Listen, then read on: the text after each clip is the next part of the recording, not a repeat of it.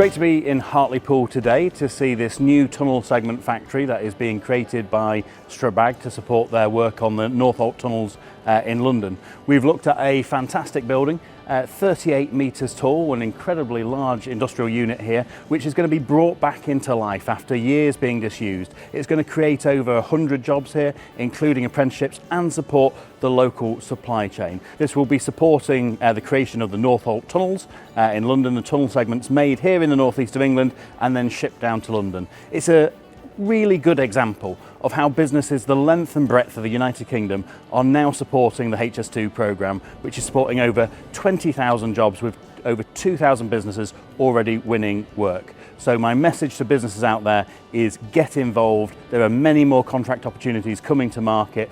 You have a part to play. This is a really great example of how the HS2 programme is supporting businesses the length and breadth of the United Kingdom.